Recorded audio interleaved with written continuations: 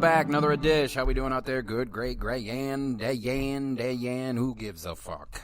As you see on your screen, your dial, however you are unfortunately choosing to join the worst fucking podcast in the history of podcasts. Why? Why would you? I've listened to 3 different podcasts today alone that are unquestionably better than this. Unquestionably. God damn it. Spend your time doing something else so I don't have to do this anymore. But when I see like an uptick of like 22% on listeners and viewership and shit like that, you make me fucking... I got to learn how to say no.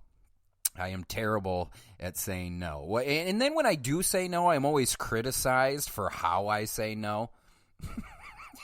You can't fucking win in 2022. You just can't. You'd be like, I can be like, hey, I got this, that, or the other thing to do. Okay.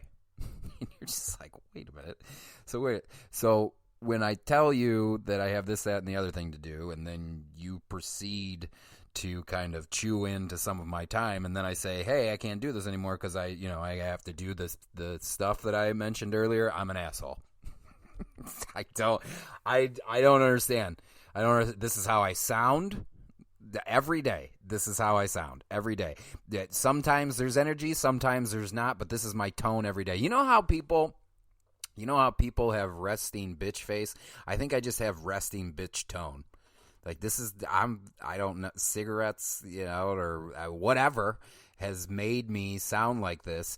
And what I've started the older I get, what I've noticed is that my tone is all well and fine until it isn't. Like, it's ha-ha, funny, Sean's just joking around, whatever. And then once it, like, comes to something, like, mildly serious, it's all, well, your reaction and tone was that's just not for me. And it's like, well, wait a minute. Wait a goddamn second. Didn't I just sound the same 15 minutes ago? I did, right? So why is it different now? Why the fuck is it different now? You want to know what I never hear in DMs for this podcast? Is people questioning my tone. But then I sound like this in my personal life and people question my tone. I don't understand. This is how I sound. I'm probably always going to continue to sound like this. And then I've tried experiments with a couple people, like, where they're just like, oh, are you mad about this or the other thing? And then I'll, like, try a different tone. Like, let's just take something, for example, like getting off the phone. So I'm not a big phone guy. I'm kind of a grandpa. Like, I will put my phone in another room and not look at it for hours. Blasphemous. Yes, I fucking know, right? It's how could you leave your phone in the other room for 5 hours? What if nothing? Well, what if your mom died? Well, I love my mom more than anybody on this planet. She is still going to be dead 5 hours later when I pick up my phone from being in the other room. Still going to be dead. Nothing that me keeping my phone on me for someone to tell me that my mother or father or whoever else has died, it's not going to, it is how it is. I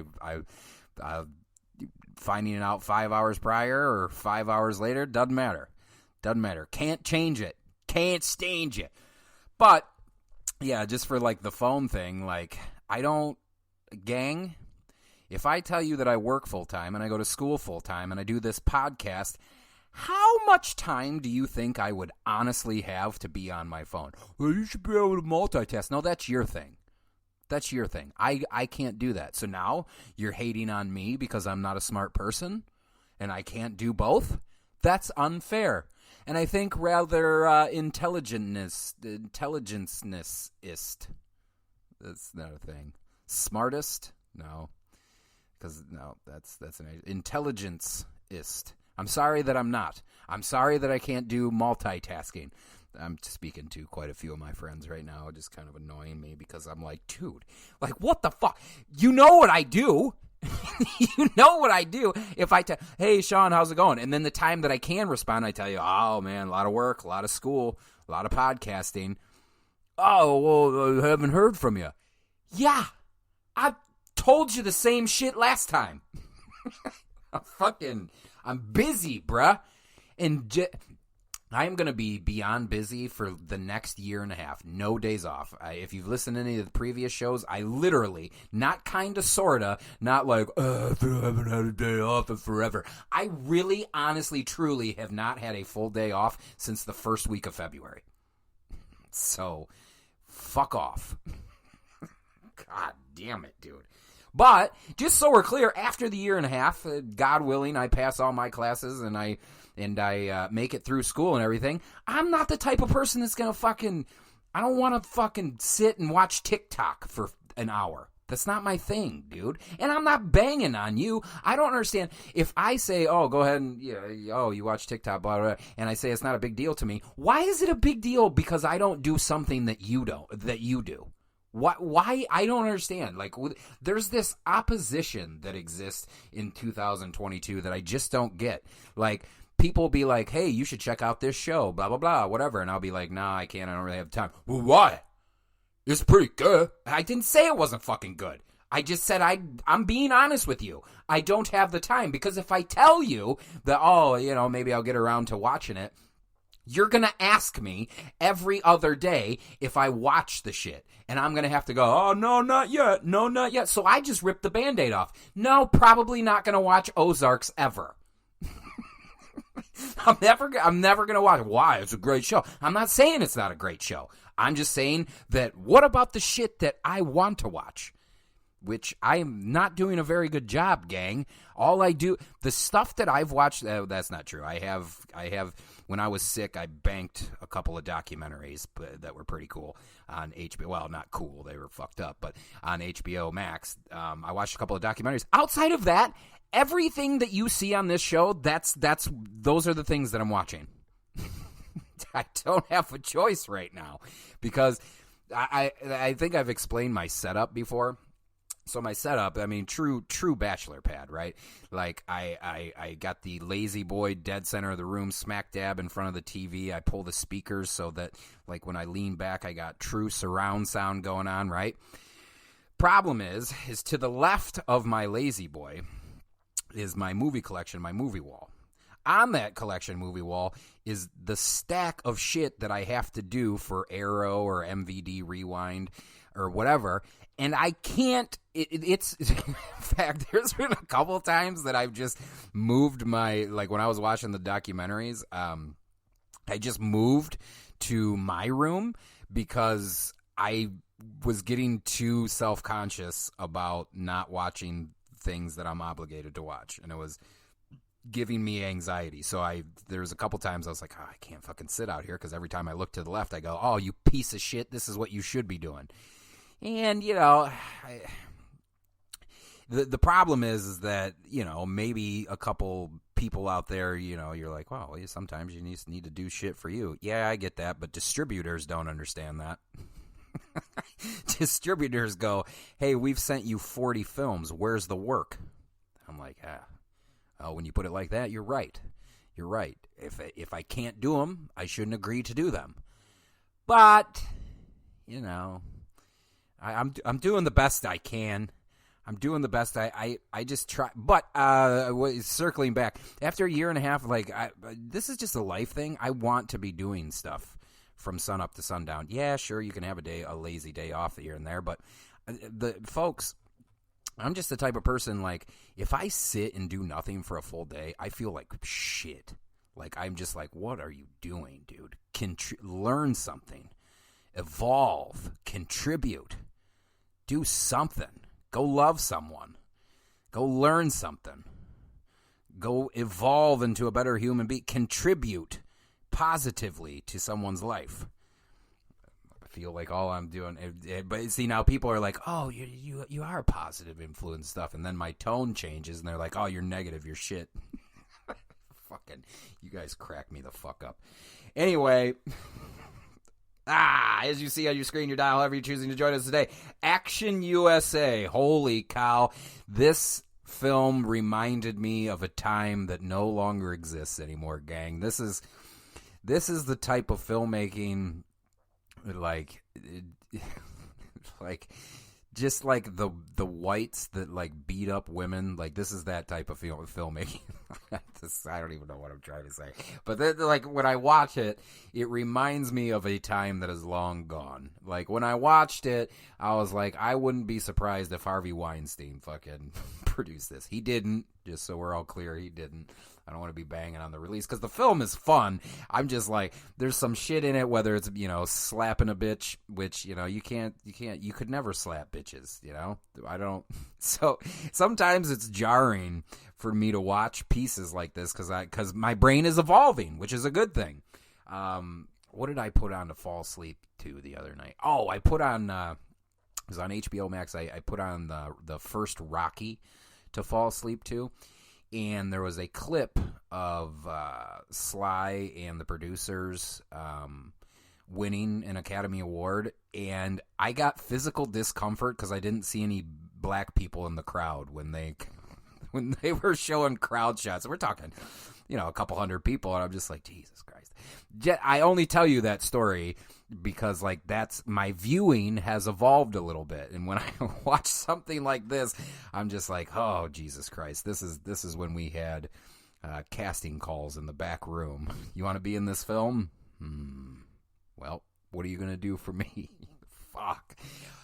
Having said all of that, it's still pretty fun. It's still pretty fucking ridiculous. Like this is the type of film that you could, well, depending on what crowd you run in. You could put this on. You could have a couple. I don't condone drinking and watching films. Never do, because I just always think you could, especially if you haven't seen it before. I just think that you'll miss shit. But that's just me. I'm not a big drinker. But this is definitely one that you could have on the background, have a couple beers with your friends, playing cards or something like that, and just like look up every now and then and just giggle at the outlandishness that is Action USA. I mean, the title alone, Action USA, USA. Just so we're tell you about who I am. I'm not a nationalist, so when you dumb fucks start chanting USA, whether you're in a UFC arena or wherever else, it annoys the shit out of me. We are all human beings. Fucking act like it. There's no different across. We're all flesh and blood. But Action USA should tell you everything you need to know about the type of. Oh, and if that isn't good enough, you should see the fucking cover for this film, which is literally a man falling through glass, flames from an explosion, and a car jumping over a bus, which is just fucking great because none of that scene where they're jumping over a bus makes any sense. But it's fucking hilarious. So what is Action USA? I don't know if you know this, gang, but Billy Ray, that's right, Billy Ray is a bad risk. He took the mob's family jewels, and now they want his. I don't even know why you would put Billy Ray on here, considering how he's got, I think he has the best delivered line in all of the film. Motherfucker! Slow-mo. That's right. The best line delivered in the film is in slow-mo by Billy Ray, who says, I don't need to do it again. Billy Ray's a bad risk. He took the mob's family jewels, and now they want his. They tried beating and scarring it out of him. Scarring? They tried beating and scaring it out of him, but he's not giving them up. So they kill him. Wow, that's right on the back of the box here. MVD Rewind Collection release of Action USA. So they kill him. I mean, you got to kill somebody named Billy Ray anyway. Now everyone believes Carmen must know where the jewels are. The mafia boss has brought in his top gun to find her and the jewels. This slime-balll and his trained killers follow our heroes through car chases and gun battles across the state of Texas, leaving a trail of fireballs and hunks of twisted metal along the way. Pretty cool, right? This was directed by Jon Stewart, not that Jon Stewart. Written by David Reskin, starring Gregory Scott Cummins, Barry Murphy, William Hubbard Knight, who there's some outtakes at the end of this film. And, I'm just going to go out and say it. I think, well, hold on a second. I don't want to be calling the wrong guy a cunt, but let me double check here for you. Yeah, William Smith, cunt. I'm just going to go out and say it. Cunt. There was a mix-up of the line, and he immediately, blames one of his co-stars. And I was just like, man, fuck this dude. It was like when I was watching... I kind of got the similar feeling when I saw that as when I see Dario Argento do interviews. He really thinks that he is like the godfather of horror. Like he believes that shit, and he talks with a confidence and a holier than thou that because what did I do? I did Bird with the Crystal Plumage. I haven't done Deep Red yet, but what was the other one? Cat o' Nine Tails, did that one too. And both those interviews, I was just like, oh man, you're kind of a cunt, aren't you? Yeah. Even if he were to ask me right now, can I come on your show and so that I can prove to you that I'm not a cunt, I would tell him no. That's how convinced there are people that know me quite well. I'm a huge Italian horror fan. Well, I'm just a fan of horror in general. We don't need to have a specific country. I just like horror films. And I have Argento peppered throughout. I have Fulci and Argento Sergio Martino peppered throughout my collection. And I'd probably give him a hard no. I have no time for that type of energy. We gotta have a fun and a light energy, gang.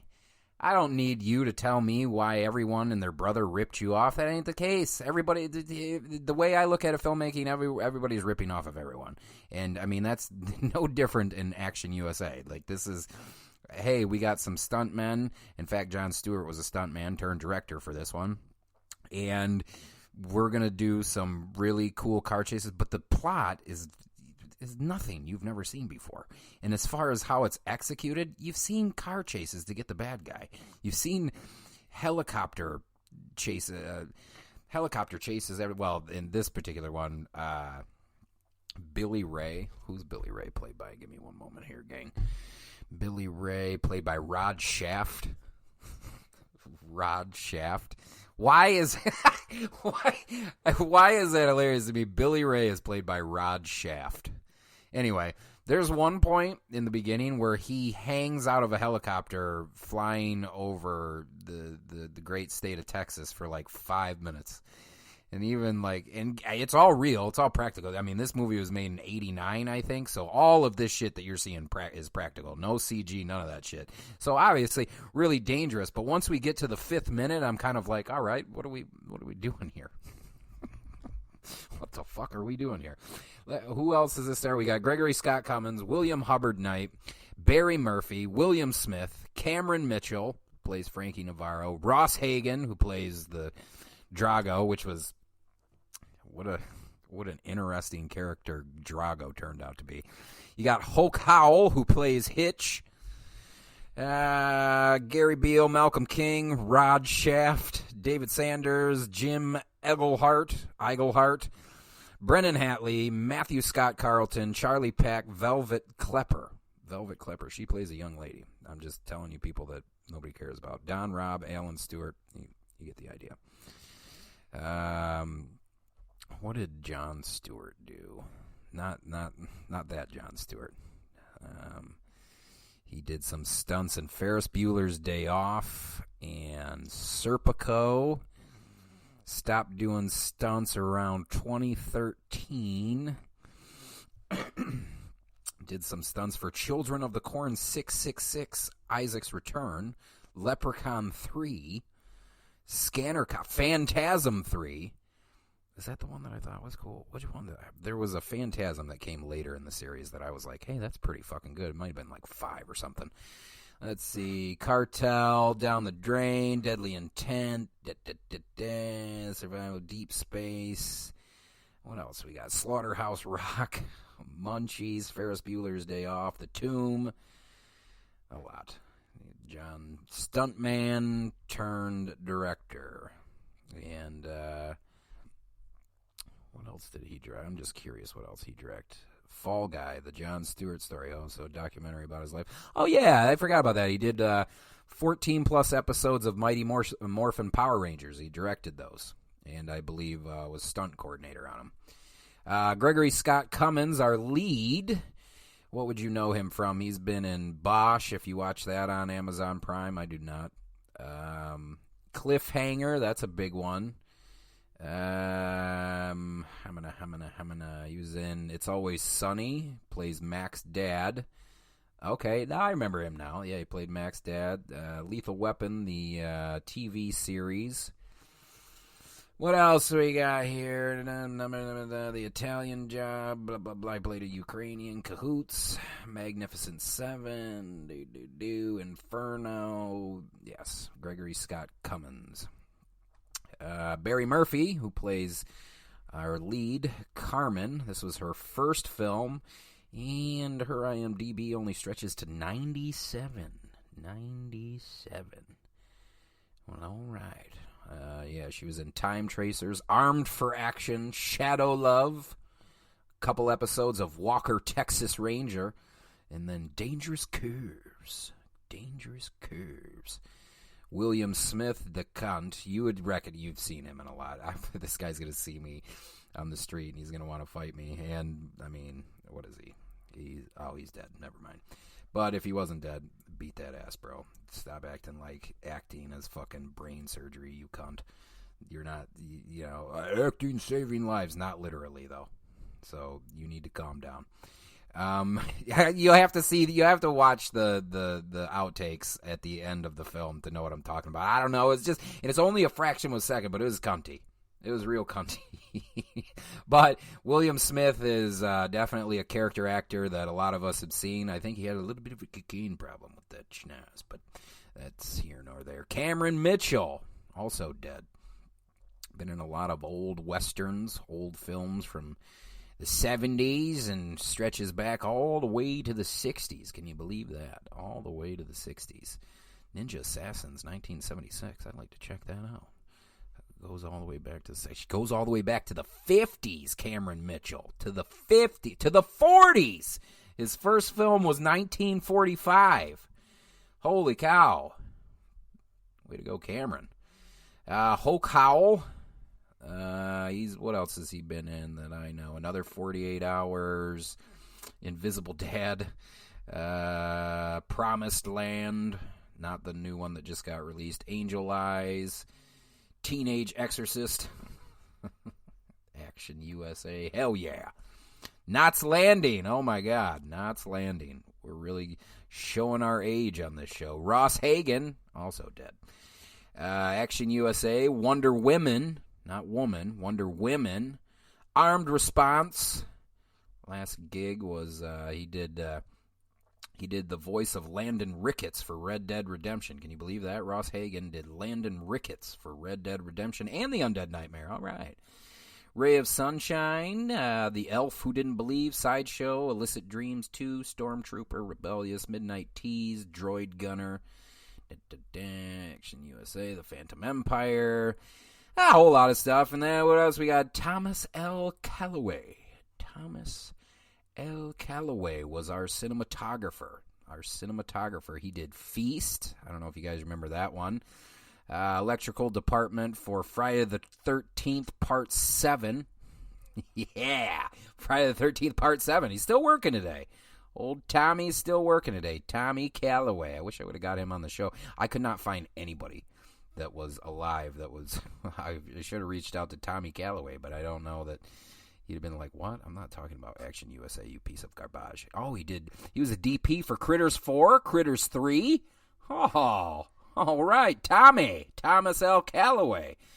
What else we had? Del Casher, was our composer for Action USA. And hold on, I wanted to read one of these Rotten Tomato user reviews because I thought it was so hilarious. Okay, so this is what Justin M. says on Rotten Tomatoes. Talk about blowing your load too soon.